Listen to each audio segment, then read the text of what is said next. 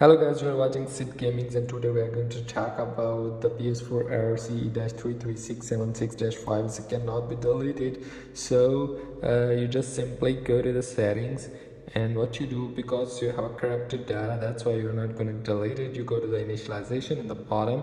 Here you restore default settings and initialize the PS4.